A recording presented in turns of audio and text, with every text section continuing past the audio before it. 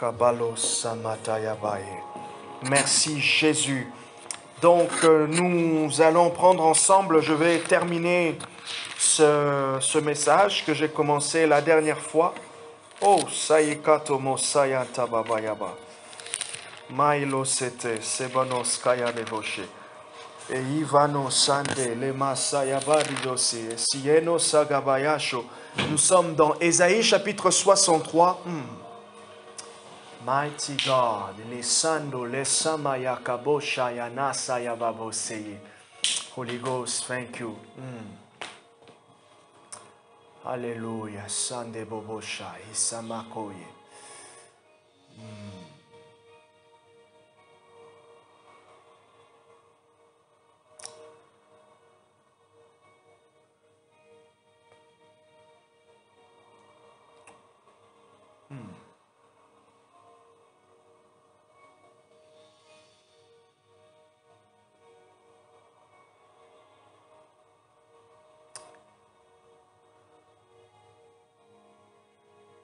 Hallelujah. The mighty name of Jesus. Ésaïe 63.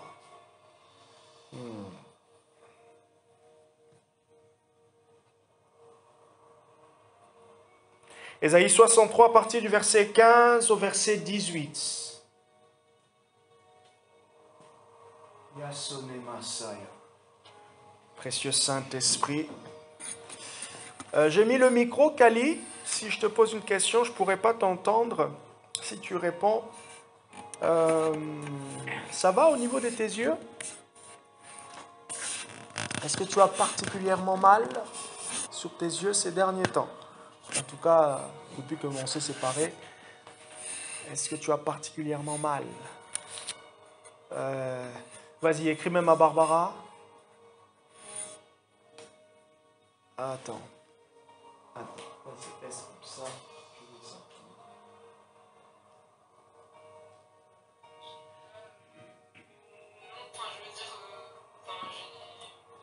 Je suis myope depuis l'école, mais sinon j'ai pas de problématiques supplémentaires qui se seraient manifestées Depuis la dernière fois. plus. Ah si, par contre, il y a peut-être un truc par rapport aux yeux, mais c'est pas les miens.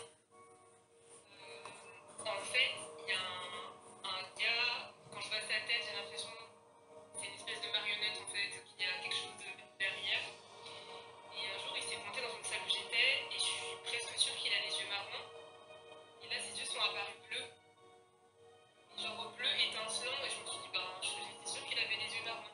Et bon, je vais quand même refaire mon enquête, mais je l'ai croisé plusieurs fois, et ses yeux étaient vraiment bleu étincelant, et j'ai pensé au gars là, qui faisait changer ses couleurs d'yeux. Et pour le coup, là, c'était sur cette problématique-là, j'ai essayé de faire des recherches pendant que j'étais en train de faire un truc professionnel, et du coup, là, c'est plutôt ça, la problématique des yeux, en tout cas, c'est pas les miens, mais... D'accord. Et du coup, je me suis posé la question, parce que ce gars-là, en l'occurrence, ça a vraiment l'air d'être une marionnette. Alléluia. Ok. C'était ma question d'aujourd'hui, d'il y a tout l'après-midi. D'accord. Ok. Non, qu'est-ce que...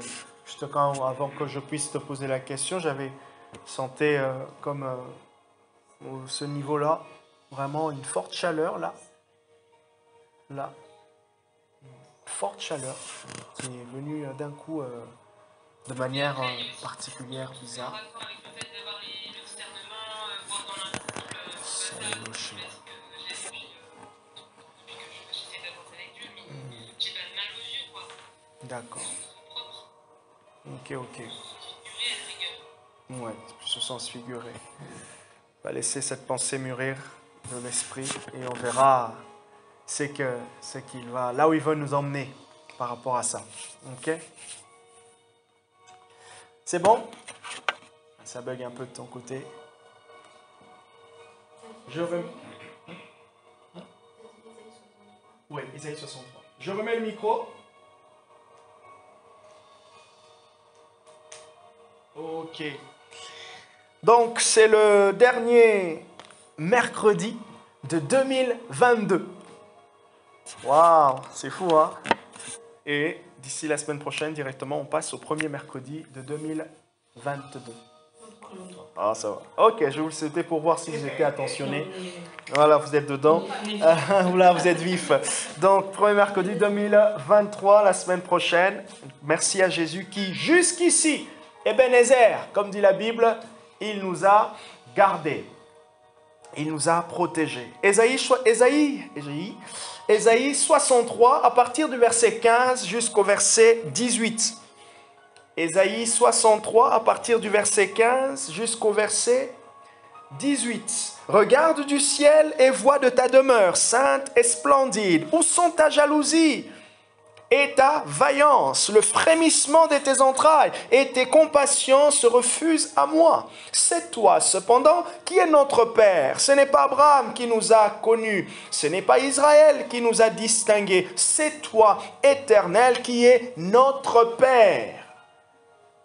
Qui de l'éternité t'appelle notre Rédempteur? C'est toi, Éternel, qui est notre Père et qui, depuis l'éternité, tu t'appelles notre Rédempteur. Le Dieu de l'éternité, le nom de Dieu, parlant de l'éternité, signifie Elolam. Ok? Et là, Dieu s'appelle aussi notre Rédempteur. Pourquoi, Éternel, nous fais-tu errer loin de tes voies? Et endurcis-tu notre cœur contre la crainte envers toi? Reviens à cause de tes serviteurs, des tribus de ton héritage. Verset 18, ton peuple saint n'a été en possession du pays que peu de temps. Nos ennemis ont foulé ton sanctuaire. Prenons le verset 19. Nous sommes depuis longtemps comme ceux que tu ne gouvernes pas et sur qui ton nom n'est pas proclamé. Ah, si tu déchirais les cieux et si tu descendais, les montagnes s'ébranleraient. J'aime bien ce passage. Ah, si tu descendais des cieux, c'est un passage qui est beaucoup utilisé dans le sens du réveil. Et si vous vous rappelez, la semaine dernière, j'ai parlé de la paternité de Dieu et j'aimerais continuer aujourd'hui et pourquoi pas finir en nous donnant les bénéfices de la paternité de Dieu et aussi ce que nous révèle la paternité de Dieu à notre égard. Pourquoi la Bible parle de la paternité de Dieu? C'était la question auquel j'ai répondu la dernière fois et j'ai donné deux raisons pourquoi la Bible parle de la paternité de Dieu. La première est que la paternité de Dieu est le nom qu'il porte. Donc la paternité de Dieu est très très importante. Et d'ailleurs, une petite parenthèse, je lisais aujourd'hui, Kali, le livre dont je t'ai conseillé, un livre sur la délivrance. Et le monsieur a expliqué quelque chose qui est très intéressant en disant que dans le domaine de la délivrance, il a dit pratiquement la plupart, sur les 400 personnes ou plusieurs délivrances qu'il a fait, il a trouvé un point commun entre toutes ces personnes. Il y avait un problème. Beaucoup ont eu un problème avec la question de la paternité. Que ce soit c'est les hommes, que ce soit c'est les femmes. Et il a dit, c'est parmi au fait les objectifs, enfin les points, les domaines, voilà, les domaines dans lesquels l'ennemi trouve au fait un terrain, une porte et il peut facilement retenir, on peut facilement retrouver au fait dans ce domaine-là une forme au fait de terrain de jeu pour le diable. Et ce n'est pas pour rien que c'est très important, d'ailleurs, même pour nous, et dans le christianisme, en devenant enfant de Dieu, en devenant chrétien, la Bible dit quoi? Nous devenons enfants de Dieu. Et si nous sommes enfants de Dieu, Romains chapitre 8, le verset 16, je crois 15 à 16, prenez-le quelque part, Romains chapitre 8, Ozono Sayabeleche. Romains chapitre 8, je vous prends, et je vais vous le lire. Romains chapitre 8, à partir du verset 15. Et vous n'avez pas reçu un esprit de servitude pour être encore dans la crainte, mais vous avez reçu un esprit d'adoption par lequel nous crions « Abba Père ». Nous n'avons pas reçu un esprit de servitude. En devenant chrétien, la personne qui se convertit, elle rentre dans ce qu'on appelle la famille de Dieu. Donc, si elle est dans la famille de Dieu, il y a une relation filiale. Il y a une relation qui se définit entre la personne et Dieu. Et cette relation est très importante. Ok? Et vous allez voir, c'est cette relation-là aussi qui définit, qui nous permet de bien comprendre notre identité en Christ. Ok? Dans identité en Christ, c'est s'identifier à Jésus. D'ailleurs, Jésus lui-même est appelé Fils de Dieu. Ok? C'est un nom, c'est un titre que Jésus porte. Et puisqu'il porte ce nom-là, et ça ne lui sera jamais enlevé. Personne ne peut nous enlever, au fait, cette identité, le fait d'être appelé enfant de Dieu. Personne. Un enfant, aujourd'hui, peut décider, il décide de ne pas être fils d'eux. Ok, il a décidé. Mais c'est une décision qui est presque utopique, pour la simple raison. C'est pas parce qu'aujourd'hui, il dit qu'il n'est pas fils d'eux que, naturellement, en fait, ce qui définit... Il est toujours fils d'eux parce qu'il vient d'eux. Je ne sais pas si vous voyez ce que je veux dire.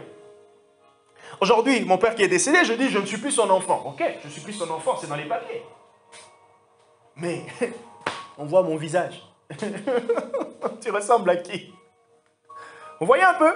C'est pour cela, c'est dans ce même sens-là aussi, nous sommes fils de Dieu, enfants de Dieu à cause de Christ.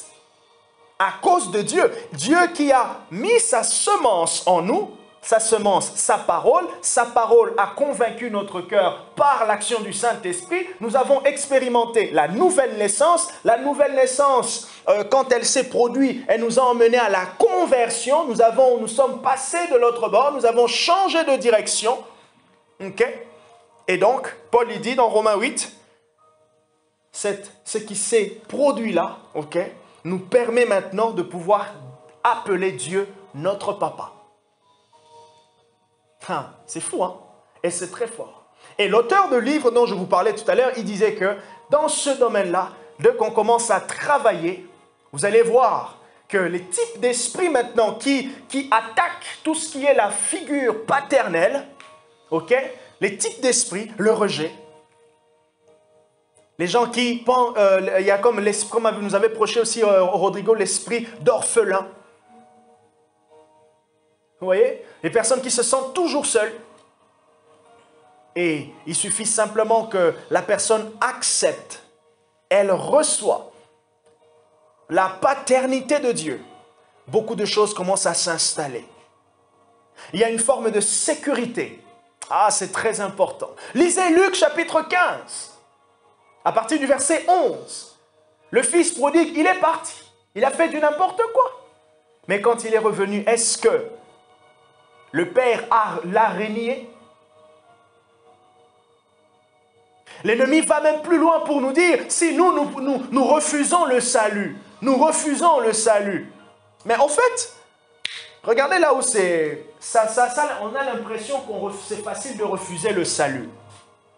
Je vais vous expliquer. Je vais vous expliquer. Ce qui est difficile, ok, c'est difficile de pouvoir accéder au salut. Pourquoi? Parce qu'on passe de la mort à la vie. Maintenant, le sens contraire est impossible. Pourquoi? Parce que la vie, même quand quelqu'un dit « Oh Dieu, je ne l'aime pas. Dieu, je ne t'aime plus. » En fait, on a l'impression que la personne va, ok, ouais, elle va basculer de l'autre côté de l'incrédulité. Ce qui va simplement se passer, c'est une forme de rétrogradation. Pourquoi? Parce que la semence, la parole de Dieu qui est en elle, elle n'est plus arrosée. Et donc la foi de cette personne-là, ok, sa confiance, sa connaissance de Dieu ne peut plus grandir, ne peut plus porter de fruits. Mais jamais cette personne va passer de chrétien à l'inverse. Donc en gros, elle passe d'incrédule à crédule et puis de crédule à incrédule. Dans le sens où elle rejette complètement jusqu'à revenir au point de départ. Je vous donne un exemple, un athée qui se convertit et il redevient athée. Ah! franchement, moi, je vous dis ça, c'est mon opinion. C'est impossible. C'est impossible. C'est impossible. Ok? C'est impossible. Et donc, la paternité de Dieu est très, très, très importante. Je vous donnerai les avantages ou les bénéfices de cette paternité pour nous. Donc, c'était la première raison pourquoi la Bible parle de la paternité de Dieu, parce que c'est le nom que Dieu porte. Donc, si Dieu, il est puissant, ok, on aime la puissance de Dieu. La puissance de Dieu, ça veut dire Dieu puissant, Dieu tout-puissant s'appelle, il porte le nom de El Shaddai. Dieu tout-puissant, créateur tout-puissant. Et donc, Dieu porte aussi le nom de Père. Luc chapitre 11, le verset 2, Jésus dit, « Lorsque vous priez, dites, Notre Père qui est aux cieux. » La grande particularité est que la paternité de Dieu est éternelle. Elle commence avant la création adamique. Avant qu'Adam existe, Dieu s'appelait déjà Père. Depuis l'éternité, Dieu était déjà un Père et d'ailleurs, il était un Père pour Jésus-Christ. Éphésiens chapitre 3, le verset 14 et le verset 15. Même le verset 1 et le chapitre 1, le verset 3. Éphésiens chapitre 1, le verset 3. Béni soit Dieu, le Père de notre Seigneur Jésus-Christ, a dit Paul. Dans l'évangile de Jean encore, ce qui est intéressant, Jésus parle aussi de cette paternité de Dieu avec ce qui suit. Il dit dans Jean chapitre 14, le verset 2, « Il y a plusieurs demeures dans la maison de mon Père. » Jean chapitre 14, verset 2, « Il y a plusieurs demeures dans la maison de mon Père. » Une fois de plus, Jésus affirme la paternité de Dieu et il ajoute l'idée de la demeure céleste. Demeure ou maison, ça signifie famille. Le mot grec qui est traduit en français par maison, voilà. Home, famille, demeure. Jésus ne voulait pas dire qu'il y a plusieurs constructions en maison. Les constructeurs de maisons individuelles. Là. Je ne vais pas citer le nom pour que vous me dites, oh non, je fais la pub.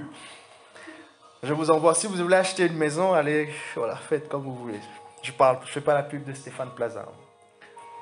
Ok, donc dans Jean chapitre 14, verset 2, Jésus parlait de plusieurs familles. Plusieurs, ok. Il ne parlait pas de bâtiments physiques. Jésus veut donc dire, il y a plusieurs demeures dans la famille de mon Dieu. Il y a plusieurs pièces. Il y a plusieurs endroits, il y a plusieurs espaces dans la famille de mon Dieu. Encore une fois de plus, comme je dis, le chrétien, il est dans la famille de Dieu. Et si le diable veut vous décourager, il va faire en sorte de déstructurer tout ce qui constitue la structure de notre foi. Et la structure de notre foi, c'est Dieu. Quand on comprend bien Dieu, notre foi est de plus en plus stable. Imaginez comme un sapin de Noël. Quand vous ne l'avez pas encore monté avec les guirlandes, c'est un sapin, mais pas de Noël. Ça devient bon, c'était du blague. Ça devient sapin de Noël lorsque vous y ajoutez les guirlandes, les lumières. Bien sûr, faites attention de ne pas avoir un chat à côté. Et puis vous venez mettre des cadeaux pour le dimanche matin. Bon, pour le 25 au matin. Deuxième raison, pourquoi la Bible parle de la paternité de Dieu. Deuxième raison, parce que la paternité de Dieu est la seconde révélation de la nouvelle alliance que Jésus-Christ a inaugurée. Dans l'Ancien Testament, Dieu, on l'appelait juge. Dans l'Ancien Testament, Dieu s'appelait El Shaddai. Mais dans le Nouveau Testament, il y a quelqu'un qui a dit, on va l'appeler Père. Quoi ? Toi, tu appelles Dieu ton Père. T'es qui, toi? T'es audacieux. Ça, c'est ce que Jésus a eu comme retour auprès des Juifs. C'est normal. Qui d'autre que lui pouvait nous donner cette révélation qu'on n'avait pas? Et Jésus nous a présenté Dieu comme notre Père. Deux grandes révélations nous sont ouvertes, nous sont données dans le Nouveau Testament, ou je dirais plutôt pas le Nouveau Testament, dans la Nouvelle Alliance. Okay? Deux grandes révélations nous sont transmises par la vie de Jésus dans la Nouvelle Alliance. C'est la grâce, la première. Il a introduit la grâce. Ok? Et la loi de l'esprit, là je suis dans Romains chapitre 8, la loi de l'esprit marche avec la grâce. Ok? Et la deuxième révélation, c'est la paternité de Dieu. Dieu, le grand Dieu, on peut l'appeler maintenant Père. Pourquoi on peut l'appeler Père? Parce qu'il y a un lien de filiation qui s'est ouvert entre lui et nous. Cette paternité de Dieu dans la Nouvelle Alliance introduit la notion de l'adoption. Nous sommes adoptés. Voilà pourquoi Paul dit dans Romains, le texte qu'on a lu, on peut maintenant l'appeler, on peut crier Abba Père. Aïe! On peut dire Abba Père. Éphésiens chapitre 2, à partir du verset 11 jusqu'au verset 13, Paul dit que autrefois nous étions sans Dieu. Souvent, lorsqu'on parle de la conversion, le fait d'être né de nouveau, on pense ce qui est vrai. Au passage du péché, on a quitté l'ancienne vie et puis on est maintenant dans des choses nouvelles. Mais souvent, on ne pense pas aussi à cet aspect qui est juste aussi, qui fait partie du package du salut, qui est le fait d'appeler Dieu mon Père. Le Père physique n'est pas là, mais le Père spirituel, il est là, Dieu. Encore heureux, il ne mourra jamais.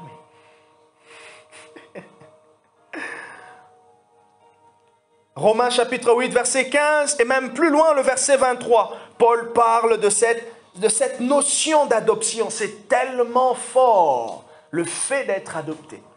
Autant, même dans la réalité, imaginez, je suis adopté par une famille riche.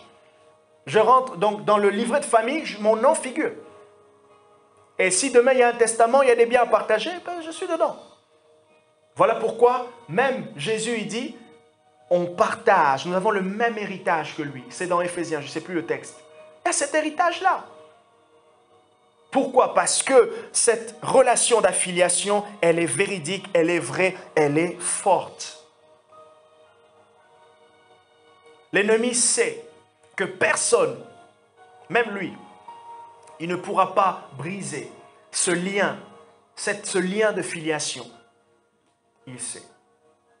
Mais il peut quand même, il va tout faire pour nous empêcher de construire, d'être rassurés, de grandir dans la compréhension, dans l'assurance, dans la fermeté par rapport à cette relation. Ça, il peut le faire. Et il va utiliser les éléments naturels de la vie. Une famille difficile, déstructurée, compliquée.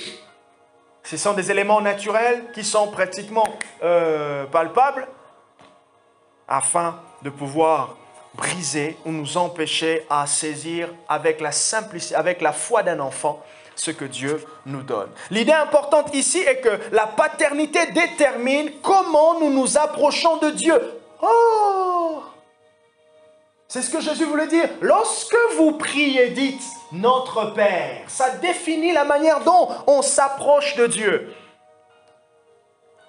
Comment voyez-vous Dieu? Si on le voit comme un père fouettard. Et d'ailleurs, c'est ce qui était compliqué, hein, c'est ce qui était un peu dur pour les Juifs hein, de l'ancien, plutôt les Juifs du temps de Jésus. Comment ce gars, il peut tellement parler de Dieu comme si il ne le craignait pas, quoi? Non. Jésus parlait de Dieu de cette manière-là, du Dieu de l'Ancien Testament de cette manière-là, parce qu'il y avait cette filiation qui était là. Il était assuré de cette paternité, de cette filiation. L'idée importante ici est que cette paternité détermine comment nous nous approchons de Dieu. En considérant Dieu comme notre Père, l'assurance pour aller vers lui serait différente. C'est avec cette révélation que le Seigneur veut que nous puissions prier. Luc 11, versets 2 à 4, mais aussi Matthieu 6, verset 9. Prier avec cette connaissance nous garantit les bénéfices liés à cette relation avec Dieu. Puisqu'il est mon Père, ça veut dire qu'il m'écoute, puis ça veut dire qu'il a un cœur pour moi, ça veut dire tous les éléments derrière. La paternité de Dieu est donc la révélation que Dieu donne plutôt, à tous ceux qui sont sauvés. Tous ceux qui sont sauvés reçoivent cette révélation. Et comme je disais tout à l'heure, le début de cette révélation, c'est par le fait que nous expérimentons la nouvelle naissance et la conversion.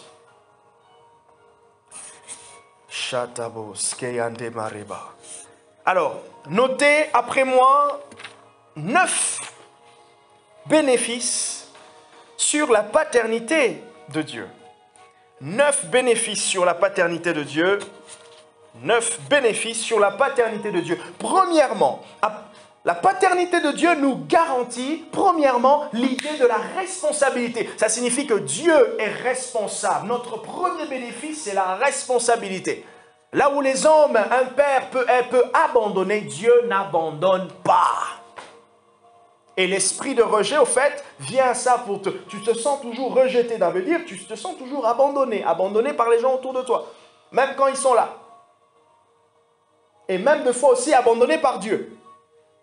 D'ailleurs, quand ça devient tellement trop fort, c'est vraiment ce côté-là où tu sens que Dieu, il t'abandonne au fait. Et comment tu ressens l'abandon de Dieu? Tu as l'impression que tes prières ne sont pas exaucées. Tu as l'impression que tu fais tellement des efforts vers lui et lui ne le fait pas. On fait tellement des efforts en allant vers lui et Dieu, lui, ne le fait pas. Donc on a l'impression en fait que c'est nous qui venons le chercher et lui il est là, on dirait qu'il fait des fiers. Il nous voit, il est en train de... Non. Vous voyez? Et d'ailleurs, Psaume 23 nous donne une idée de la responsabilité. Psaume 23, le psaume vous connaissez, il parle de la brebis avec le bon berger. Regardez l'esprit responsable du bon berger. Il prend soin de la brebis en lui donnant à manger, en la conduisant dans des verts pâturages, en la protégeant. Ok? Vous voyez un peu? Dieu est un Dieu responsable. D'ailleurs, il y a une chanson qui est sortie récemment là. Je ne sais pas si c'est un Congolais ou un gars d'Afrique qui a chanté « Dieu, tu es un Dieu responsable ». Donc Dieu, il est responsable. Il ne manque jamais à ses...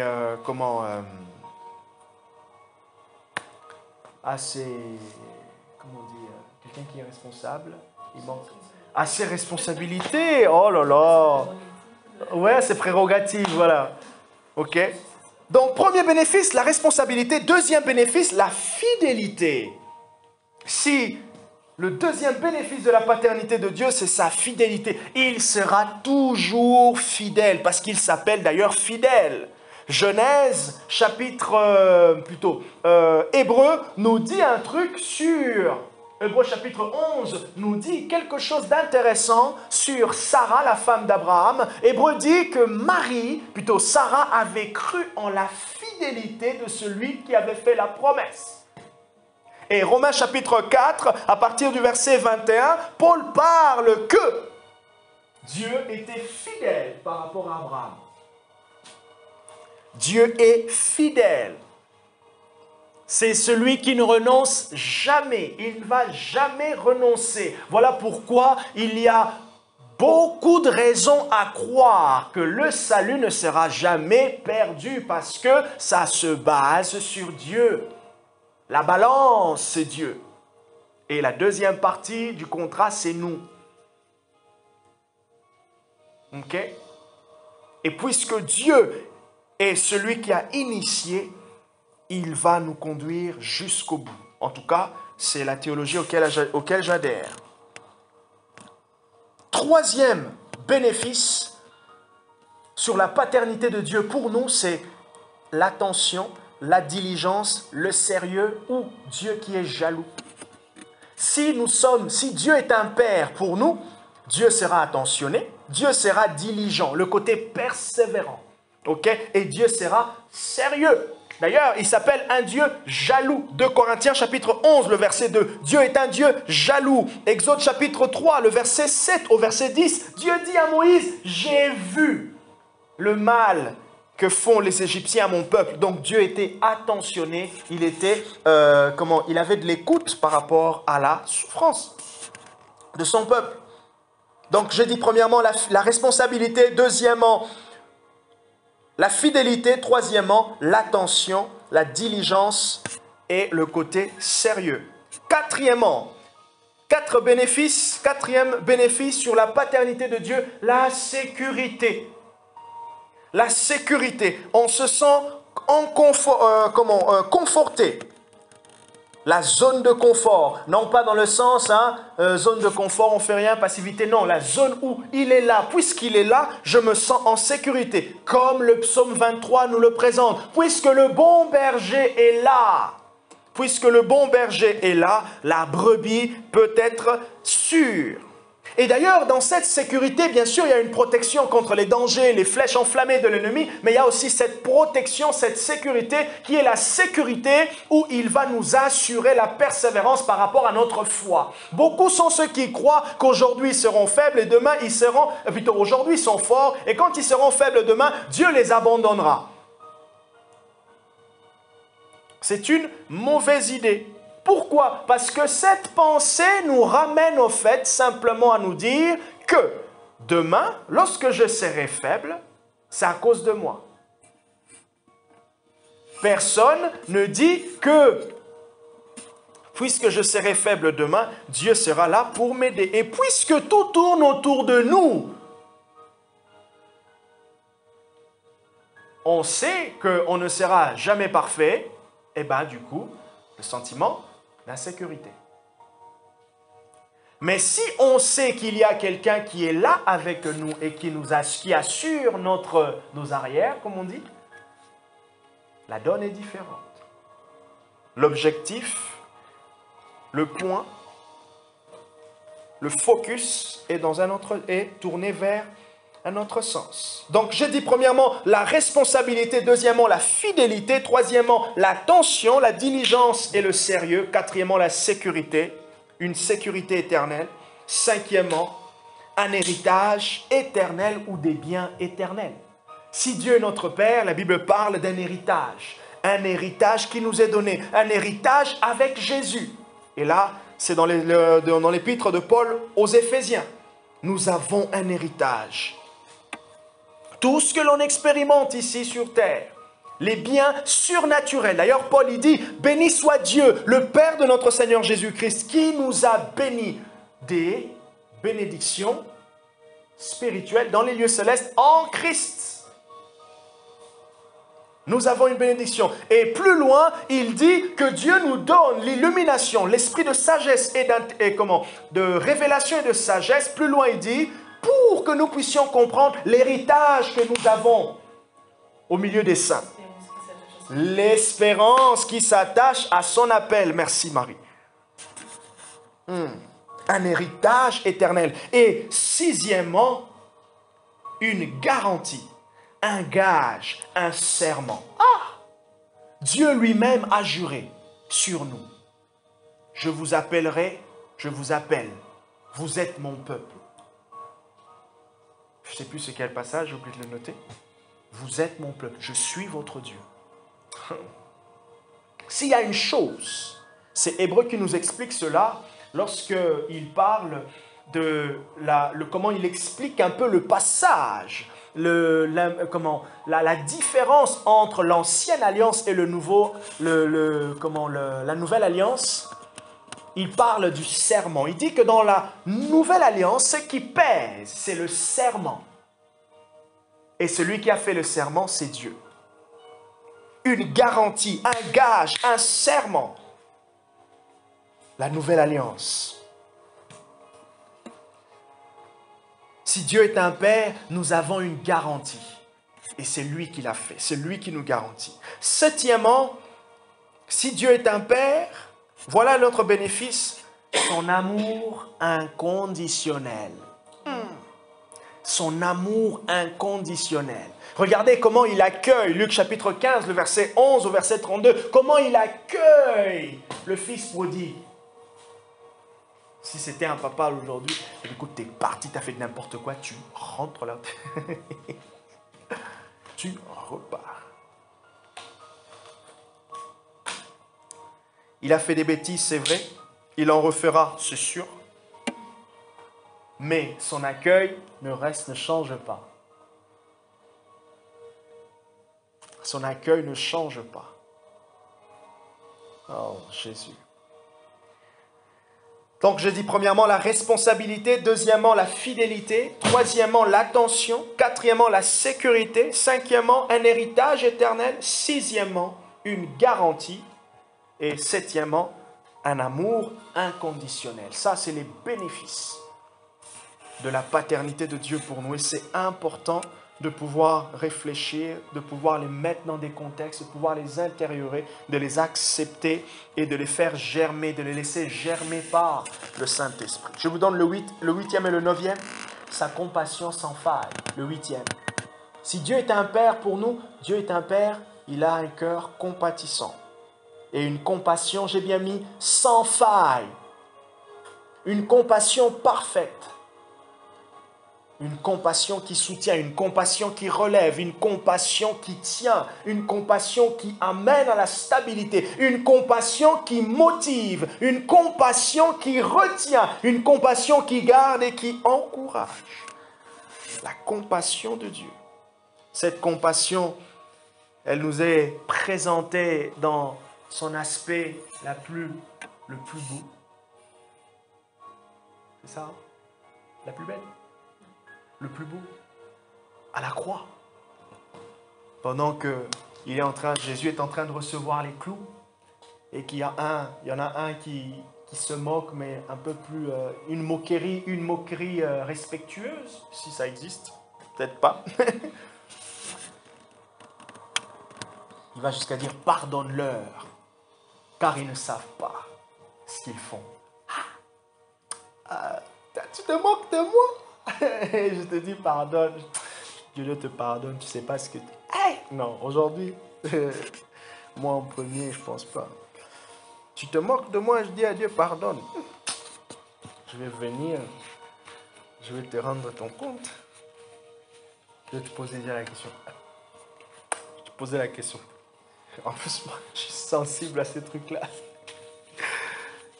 Pourquoi rigole? Pourquoi rigole?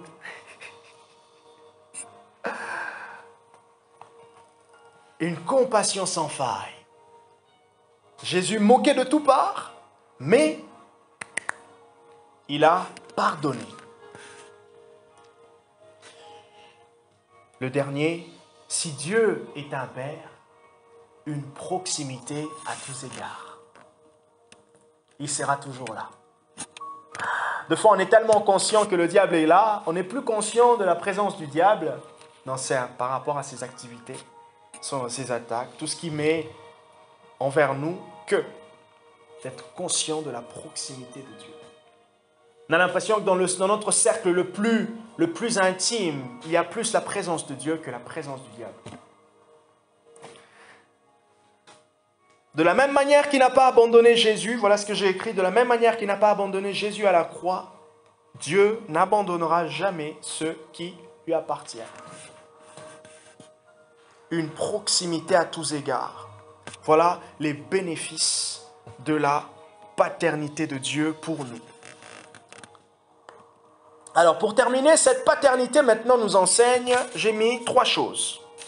Cette paternité, elle nous révèle 3 choses. J'ai défini la paternité. J'ai répondu à la question pourquoi la Bible parle de la paternité de Dieu. Je vous ai donné 2 raisons. Et troisièmement, je nous ai donné les bénéfices de la paternité de Dieu. Pourquoi c'est important? En gros, qu'est-ce que ça nous fait, nous? Okay? Pourquoi c'est important pour nous, pour notre foi? J'ai parlé de la responsabilité, la fidélité, en tout cas les 9 points. Maintenant, quand je dis ce que cela nous révèle, c'est un peu la compréhension derrière la paternité de Dieu. Il y a premièrement, dans la paternité de Dieu, voilà ce que la Bible veut nous dire, Dieu est le géniteur. Dieu, comme le géniteur, c'est celui qui porte la semence de la vie. Et cette semence, c'est sa parole. voyez maintenant comment c'est... J'ai l'impression qu'ici, le sujet annexe à ce thème, c'est le salut. Hein? Le salut, la nouvelle naissance, la conversion. La paternité de Dieu nous révèle que Dieu est le géniteur. Comme je vous ai dit tout à l'heure, un enfant refuse de m'appeler son papa, ok, il change de nom dans son papier, c'est pas grave, mais il garde mon nez, il garde mes traits de visage. Parce que je suis son géniteur et personne ne peut m'enlever. Ne peut m'enlever cela. Et c'est pour cela Jésus, elle a dit, en répondant à Nicodème, le vent, tu ne sais où il va, ni d'où il vient, ni d'où il va. Où il va. Mais tu en vois les fruits. Et Jean, il dit que ces personnes sont nées, et plutôt c'est Jésus, il continue, il dit, ils sont nés ni de la volonté de l'homme, mais la volonté de la chair, mais la volonté de l'esprit. Et Pierre, il nous dit dans 1 Pierre chapitre 1, le verset 22 à 23, que nous avons été régénérés par une semence incorruptible, qui est la parole de Dieu. Vous voyez comment c'est fort au fait. C'est fort. Et comme je vous ai dit, le diable ne va jamais enlever cette vérité-là, parce que la vérité, lui, il la connaît. Mais il va simplement nous faire en sorte que nous ne puissions pas nous approprier cela dans nos tripes, quoi. Deuxièmement, la paternité de Dieu nous révèle le désir ou la volonté éternelle de Dieu d'être en relation avec l'homme. Créons l'homme à notre image. Genèse chapitre 1, verset 26. Créons l'homme à notre image et à notre ressemblance. Genèse chapitre 2, Dieu était en train de... La voix de Dieu parcourait la terre. Dieu venait vers l'homme. Et la manière dont c'est décrit dans Genèse 2, c'est qu'il y avait comme une habitude. Et c'est dans cette habitude-là qu'Adam, malgré qu'il avait péché, il a reconnu la voix de Dieu qui s'approchait. Une expression simplement pour dire qu'il a reconnu la présence de Dieu dans un espace, dans un temps donné. Et troisièmement, la paternité de Dieu définit aussi le sort, la destinée de l'homme. Qu'est-ce que je veux dire? Aujourd'hui, Jésus il dit, aujourd'hui, Luc chapitre 23, verset 43, Jésus dit, aujourd'hui tu seras avec moi.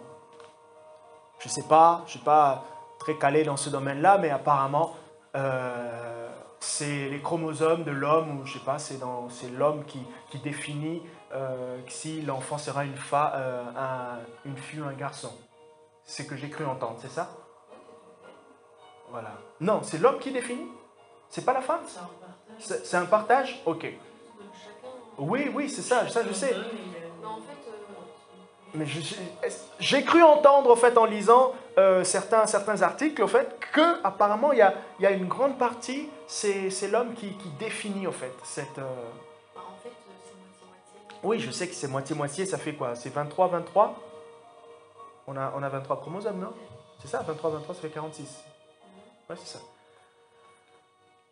Bon, en tout cas, dans la paternité de Dieu, on voit, il y a définition, une orientation, une précision par rapport à notre sort. Si Dieu nous a donné la vie au travers de sa semence, donc c'est lui qui a orienté notre destinée, la destinée d'être avec lui. Comment nous, on va définir une autre orientation? Impossible. 3 choses importantes par rapport à la paternité de Dieu. Dieu qui est le géniteur. Dieu qui a le désir et la volonté d'être en relation avec nous, mais aussi Dieu qui définit notre sort. Comme Psaume 23 dit que le bon berger définit la bonne santé de ses brebis parce qu'il les conduit vers un vert pâturage. Et Dieu aussi nous conduit dans notre destinée. Et cette destinée, c'est « Tu seras avec moi aujourd'hui au paradis. » Et nous sommes dans sa présence. Que Dieu vous bénisse. Gloire au Seigneur. J'ai fini. Oh, je suis content.